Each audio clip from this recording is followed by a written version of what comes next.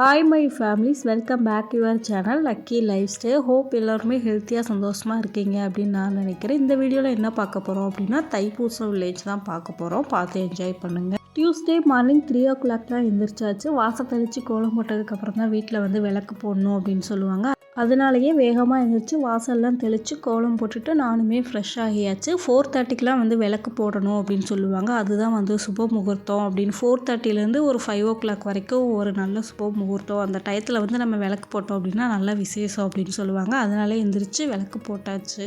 அதிகாலையில் வேகமாக விளக்கு போடுறதுனால சாமிக்கு நெய்வேத்தியம் படைக்கிறதுக்கு நம்மளால் டக்குன்னு வந்து எந்த ஒரு ஸ்வீட்டுமே வந்து செய்ய முடியாது. செய்ய முடியாத பட்சத்தில் வந்து பால் இருந்துச்சு அப்படின்னா அது நெய்வேத்தியமாக படைக்கலாம். அதுவும் இல்லை அப்படின்னா நம்ம ஒரு டம்ளர் நிறைய தண்ணி கூட வச்சு நெய்வேத்தியமாக படைக்கலாம். நான் என்ன முருகனுக்கு நெய்வேத்தியம் படைச்சேன் அப்படின்னா நாட்டு சக்கரை, ப்ரௌன் சுகர் இருக்குல்ல, அதுதான் வந்து சாமிக்கு நெய்வேத்தியமாக வச்சு நான் வந்து விளக்கு போட்டு சாமி கும்பிட்டுட்டு தீப தூப ஆராதனை காமிச்சிட்டு முருகனுக்கு பிடிச்சமான இதை கந்த சஷ்டி கவசமோ இல்லை முருகனுக்கு பிடிச்ச சாங்கோ உங்களுக்கு தெரிஞ்ச மந்திரத்தோ ஒரு 10 நிமிஷம் வந்து முருகன் முன்னாடி நம்ம மனசார நினச்சி ஏதாவது நம்ம வேண்டிக்கிட்டோம் அப்படின்னா அது கண்டிப்பாக வந்து நிறைவேறும். நம்ம நினச்சது நடக்குதோ இல்லையோ நம்மளோட கஷ்டங்களை வந்து அவங்கக்கிட்ட ஒப்படைச்சாச்சு, அவங்க பார்த்துக்குவாங்க அப்படின்ற மாதிரி நம்பிக்கை இருக்கும். எனக்கு சாமி கும்பிட்டா உங்களுக்கு எந்த மாதிரி ஒரு ஃபீல் இருக்கும் அப்படின்னு சொல்லிட்டு கண்டிப்பாக கமெண்ட் பண்ணுங்கள். 5 o'clockலாம் வீட்டில் விளக்கு போட்டு சாமி கும்பிட்டாச்சு. பக்கத்தில் முருகன் கோயில் இருக்குது. சரி 5:30க்கு மேலே அங்கே போனோம் அப்படின்னா அபிஷேகம் பண்ணுவாங்க, அங்கே போய் கலந்துக்கலாம் அப்படின்னு சொல்லிட்டு சடனாக வந்து பிளான் பண்ணியாச்சு. போகும்போது ஏதாவது பிரசாதம் செஞ்சுட்டு போகலாம் அப்படின்னு சொல்லி பிளான் பண்ணிட்டு தான் நான் கேசரி வந்து ரெடி பண்ணிகிட்டு இருக்கேன்.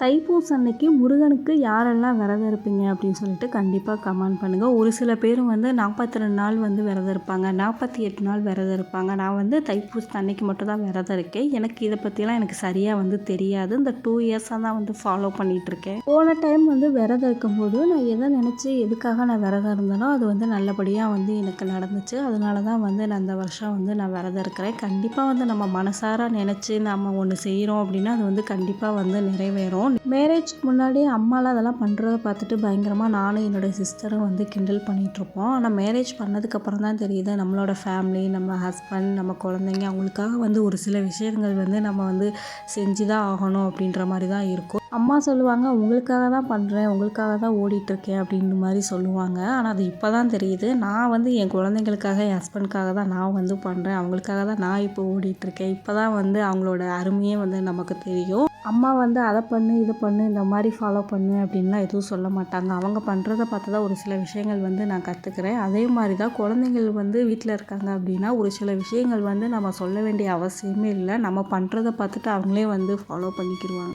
கேசரி தான் ரெடி பண்ணிகிட்டு இருந்தேன். பாத்திரம் வந்து பத்தலை, அதனால தான் வேறு பெரிய பாத்திரத்தில் மாற்றி வச்சு ரெடி பண்ணலாம் அப்படின்னு சொல்லிட்டு தான் மாற்றி எடுத்து வச்சிட்டு இருந்தேன். இது வந்து 1/2 கிலோவுக்கு மேலே இருக்கும் அப்படின்னு நான் நினைக்கிறேன். டைம் ஆயிரும் அப்படின்னு சொல்லிட்டு மெஷர் பண்ணாமலே வந்து ரவையெல்லாம் போட்டு ஃப்ரை பண்ண ஆரம்பிச்சிட்டேன். அதனால் வந்து அளவுகள் வந்து டக்குன்னு தெரியல. ஆனால் சூப்பராக வந்து இருந்துச்சு. டேஸ்ட் எல்லாமே வந்து பக்காவாக இருந்தது. ஃபஸ்ட்டு வந்து 100 கிராம் நெய் சேர்த்து நல்லா ரவையை ஃப்ரை பண்ணி தனியாக எடுத்து வச்சுக்கோங்க. நம்ம எந்த கப்பில் ரவை எடுக்கிறோமோ அந்த கப்பில் 2 மடங்கு தண்ணி அதிகமாக சேர்த்தா தான் கிண்டுறதுக்கு வந்து கரெக்டாக இருக்கும். தண்ணி நல்லா கொதிச்சதுக்கப்புறம் கொஞ்சம் கொஞ்சமாக ரவை சேர்த்து நம்ம மிக்ஸ் பண்ணிக்கிட்டே இருக்கணும். நம்ம மொத்தமாக சேர்த்தோம் அப்படின்னா கொஞ்சம் கட்டி ஆயிரும். பார்த்து நீங்கள் வந்து ரவை சேர்த்துக்கோங்க. ரவை சேர்த்த உடனே நல்லா தண்ணியாக இருக்கிற மாதிரி தான் இருக்கும். ஒரு 2 நிமிஷம் நல்லா கிளறி விட்டுக்கிட்டே இருந்தோம் அப்படின்னா நல்லா திக்காயிரும். நீங்கள் சைடில் சுடுதண்ணி காய்ச்சி எடுத்து வச்சுக்கோங்க. ரொம்ப கட்டியாயிருச்சு அப்படின்னா லைட்டாக வந்து கொதிக்கிற தண்ணி சேர்த்துக்கிட்டிங்க அப்படின்னா வந்து கரெக்டாக இருக்கும். உங்களுக்கு நெய்யோட டேஸ்ட்டு பிடிக்கும் அப்படின்னா லைட்டாக கிளறி விட்டுட்டு நெய் சேர்த்துக்கோங்க. உங்களுக்கு நட்ஸு வந்து ரொம்ப பிடிக்கும் அப்படின்னா உங்களுக்கு என்னென்ன நட்ஸு பிடிக்குதோ அதை வந்து லைட்டாக நெய்யில் ஃப்ரை பண்ணி சேர்த்துக்கோங்க. எனக்கு டைம் இல்லாதனால நான் அப்படியே நட்ஸு வந்து சேர்த்துக்கிட்டேன். சாரி, நான் உங்களுக்கு ஒன்று சொல்ல மறந்துட்டேன். நீங்கள் லைட்டாக வந்து ஃபுட் கலர் சேர்த்துக்கோங்க. என்கிட்ட எல்லோ கலர் தான் இருந்தது, நான் தான் வந்து சேர்த்துக்கிட்டேன். உங்களுக்கு எந்த மாதிரி கலர் இருக்கோ வந்து நீங்கள் அதை சேர்த்துக்கோங்க. சேர்த்துக்கிட்டால் தான் வந்து பார்க்குறது கொஞ்சம் அட்ராக்டிவாக இருக்கும். ஃபுட் கலர் எப்போ சேர்க்கணும் அப்படின்னா நம்ம ரவை சேர்த்ததுக்கப்புறம் லைட்டாக வந்து தண்ணியில் மிக்ஸ் பண்ணி சேர்த்துக்கோங்க. நம்ம அப்படியே கொட்டி சேர்த்துக்கிட்டோம் அப்படின்னா அது ஒரு இடத்துல மட்டும்தான் ஸ்ப்ரெட் ஆகும். நம்ம லைட்டாக தண்ணியில் கரைச்சி சேர்த்துக்கிட்டோம் அப்படின்னா வந்து அது எல்லா இடத்துக்குமே ஸ்ப்ரெட் ஆயிரும். சூப்பரான ரவை கேசரி வந்து ரெடி ஆயிடுச்சு. வேறு ஒரு பாக்ஸில் ஸ்டோர் பண்ணி வந்து கோயிலுக்கு எடுத்து வச்சுட்டு ஹஸ்பண்டுமே எந்திரிச்சு குடிச்சிட்ருக்காங்க. குட்டீஸ் 2 பேருமே தூங்கிட்டு இருக்காங்க. அவங்கள விட்டுட்டு நானும் ஹஸ்பண்ட் மட்டும்தான் போகலான்னு பிளான் பண்ணியிருக்கோம்.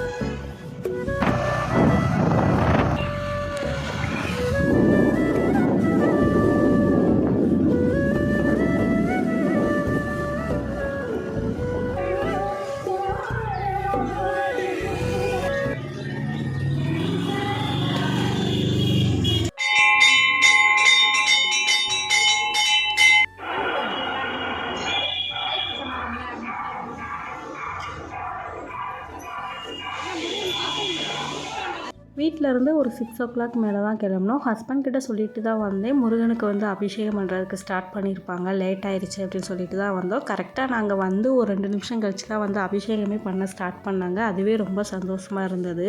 அவ்வளோ வேகமாக எழுந்திரிச்சு கிளம்பி வீட்டிலேருந்து கிளம்புற காரணமே வந்து முருகனுக்கு அபிஷேகம் பண்ணணும், அந்த பூஜையில் கலந்துக்கணும் அப்படின்றதுக்காக தான். அதுவே பார்க்க முடியாமல் போயிடுச்சு அப்படின்னா ரொம்ப கஷ்டமாயிரும் அப்படி சொல்லிட்டு புலம்பிக்கிட்டே தான் வந்தேன். கரெக்டாக வந்து அப்போ தான் வந்து பூஜையை வந்து ஸ்டார்ட் பண்ணாங்க. முருகனோட தரிசனம் வந்து நல்லா கிடச்சிச்சு. நல்லா சாமி கும்பிட்டுட்டு சாமிக்கு விளக்கு போட்டுட்டு அப்படியே அங்கேருந்து வந்து கிளம்பியாச்சு. வீட்டுக்கு வந்து ஒரு 7:30 மேலே வந்து வீட்டுக்கு வந்துட்டோம். அங்கேயே வந்து ஒரு 1 ஹவர் கிட்ட ஆகிடுச்சு. ஒரு 3 மேலே வந்து என்னோடய குக்கிங் ஒர்க் வந்து நான் ஸ்டார்ட் பண்ணிட்டேன். விரதம் இருக்கிறனால ஒரு 8 மேலே தான் வந்து விரதம் இருக்கணும். ஆனால் வந்து குட்டீஸை வச்சுட்டு வந்து நம்ம சமைக்கிறதுக்கு எப்படியும் ஒரு 3 ஹவர்ஸ் 4 ஹவர்ஸ் கிட்ட ஆகிடும். ஏன்னா அவங்கள வச்சுட்டு வந்து நம்ம சமைக்கிறது ரொம்ப கஷ்டம் அப்படின்றதுனால நான் வேகமாகவே வந்து என்னோடய குக்கிங் ஒர்க்கை ஸ்டார்ட் பண்ணிட்டேன். சமையலுக்கு தேவையான வெங்காயம் மட்டும் ஃபஸ்ட்டு உரித்து வச்சிட்டோம் அப்படின்னா வந்து நமக்கு சமைக்கிறதுக்கு ஈஸியாக இருக்கும் அப்படின்னு சொல்லிட்டு அதை மட்டும் ஃபஸ்ட்டு உரித்து எடுத்து ரெடி பண்ணி வச்சுருக்கேன். இல்லை டக்குன்னு வந்து நம்ம வந்து ரெடி பண்ணிடலாம். அப்புறம் வந்து உட்காந்து உரிச்சிட்டு இருந்தோம் அப்படின்னா வந்து டைம் ஆயிரும் அப்படின்னு அத்தை வந்து ரெடி பண்ணி உரித்து கொடுத்துட்டாங்க.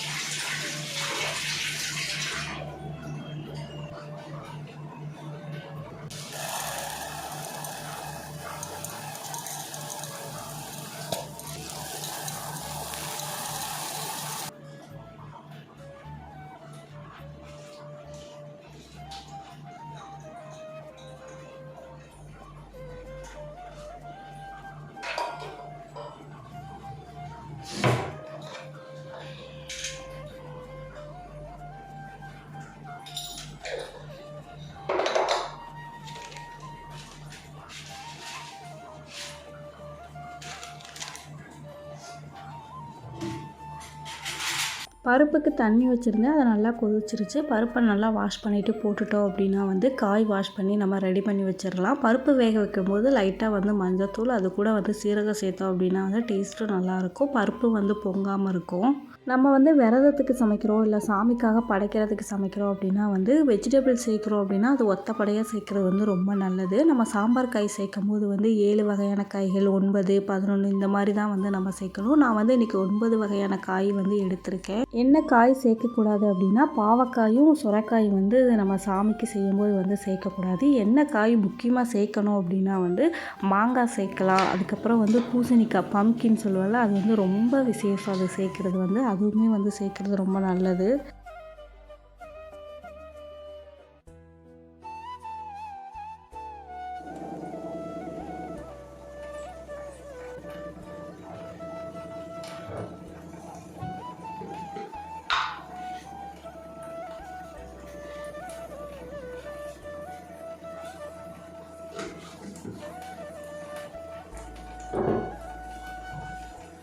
பருப்பு வந்து நல்லா வெந்துருச்சு. வெந்ததுக்கப்புறம் தனியாக எடுத்து வச்சுட்டு நம்ம காயெல்லாம் வதக்கி தான் சேர்க்க போகிறோம். ஆனால் ஒரு சில பேர் வந்து எப்படி பண்ணுவாங்க அப்படின்னா பருப்பு வெந்ததுக்கப்புறம் அதுலேயே காய் சேர்த்து கொதிக்க வச்சு மசாலா சேர்த்து கொதிக்க வச்சுருவாங்க. அந்த மாதிரி செஞ்சாலும் டேஸ்ட்டு நல்லாயிருக்கும். நான் வந்து நல்லா வதக்கி விட்டு அதுக்கப்புறம் தான் சாம்பாரில் வந்து ஒரு கடாயில் வந்து 150 ml நல்லெண்ணெய் சேர்த்துக்கிறேன். கடுகு, உளுந்த பருப்பு, சீரகம் இதெல்லாம் நல்லா பொரிஞ்சதுக்கப்புறம் ஒரு கைப்பிடி அளவு சின்ன வெங்காயம், கறி லீஃப், காரத்துக்காக 2 பச்சை மிளகாய் அதை நல்லா வதங்கினதுக்கப்புறம் 2 மீடியம் சைஸ் தக்காளியை வந்து கட் பண்ணி சேர்த்துக்கிறேன். நான் வந்து புளி சேர்க்குறனால தக்காளி கம்மியாக சேர்த்துருக்கேன். நீங்கள் வந்து சாம்பாருக்கு புளி சேர்க்க மாட்டேங்க அப்படின்னா 2 தக்காளி வந்து எக்ஸ்ட்ரா சேர்த்துக்கோங்க. வெங்காயம், தக்காளி இதெல்லாம் நல்லா வதங்கினதுக்கப்புறம் நம்ம கட் பண்ணி வச்சுருக்கிற காய்கறி எல்லாம் சேர்த்து தேவையான அளவு சால்ட்டு சேர்த்து நல்லா வதக்கி விட்டுக்கோங்க. சைடில் வந்து மொச்சப்பயிர் கூட்டு வந்து ரெடி பண்ணியிருந்தேன். அதுவுமே வந்து ரெடி ஆயிடுச்சு. காய் நல்லா வதங்கினதுக்கப்புறம் பருப்போடு சேர்த்து நல்லா கொதிக்க வச்சுக்கோங்க. மிளகாய்த்தூள், மல்லித்தூள், சீரகத்தூள் இது எதுவுமே நான் சேர்க்க போகிறதில்ல. வீட்டில் அரைச்ச சாம்பார் மிளகாய்த்தூள் வந்து இருந்தது. அது 3 டேபிள் ஸ்பூன் வந்து நல்லா தண்ணியில் காய்ச்சி வந்து நான் சேர்த்துக்கிட்டேன். நீங்கள் வந்து மல்லித்தூள், மிளகாய்த்தூள், சீரகத்தூள் இது சேர்க்க போகிறீங்க அப்படின்னா வீட்டில் அரைச்ச சாம்பார் தூள் வந்து 2 ஸ்பூன் மட்டும் சேர்த்தா போதும்.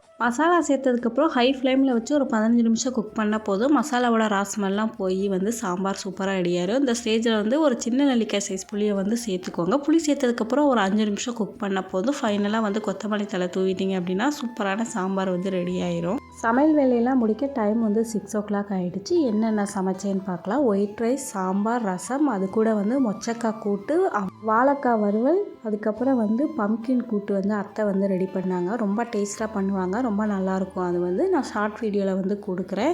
எல்லாருக்குமே ரொம்ப பிடிச்ச வந்து சாம்பார் ரசம் ரெடி பண்ணாலே வந்து அப்பளம் வந்து ரொம்ப பிடிக்கும். அப்பளமும் வந்து ரெடி பண்ணி வச்சாச்சு. ஸ்வீட்காக வந்து பாயசம் தான் வந்து ரெடி பண்ணி வச்சுருந்தேன். காலையில் வச்சுருந்த கேசரி இருந்துச்சு, அதையுமே யூஸ் பண்ணிக்கிட்டாச்சு. சமையல் ஒர்க்கெல்லாம் முடிச்சுட்டு குட்டீஸ் 2 பேரையும் குளிக்க வச்சுட்டு நானுமே ஃப்ரெஷ் ஆகியாச்சு. ஈவினிங் 8 o'clock மேலே தான் நல்ல நேரம் இருக்கிறதுனால ரிலாக்ஸாக தான் வந்து கிளம்புனோம். ஹஸ்பண்டுமே வந்து கடையிலேருந்து வந்துட்டாங்க.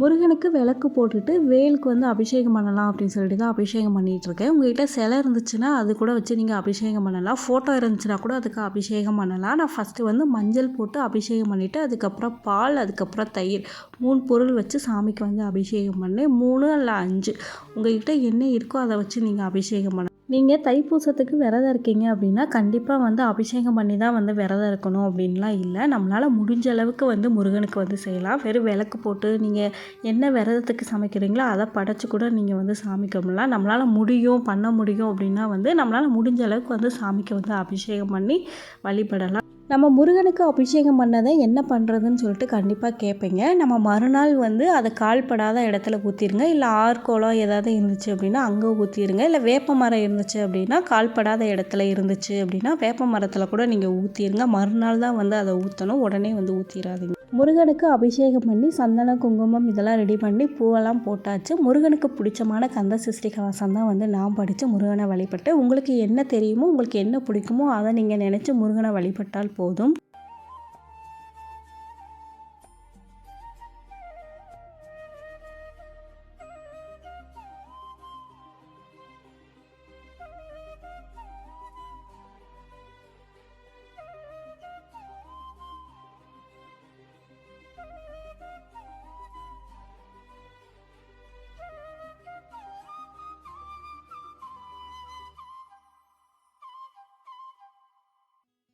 இந்த வீடியோ பார்க்குற எல்லாத்துக்குமே ஒரு சில விஷயங்கள் வந்து யூஸ்ஃபுல்லாக இருக்கும் அப்படின்னு நான் நினைக்கிறேன். இந்த வீடியோ பிடிச்சிருந்தால் லைக் பண்ணுங்கள், ஷேர் பண்ணுங்கள், சப்ஸ்கிரைப் பண்ணுங்கள். நெக்ஸ்ட்டு ஒரு இன்ட்ரெஸ்டான வீடியோவில் பார்க்கலாம். தேங்க்யூ ஃபார் வாட்சிங். பாய் பாய்.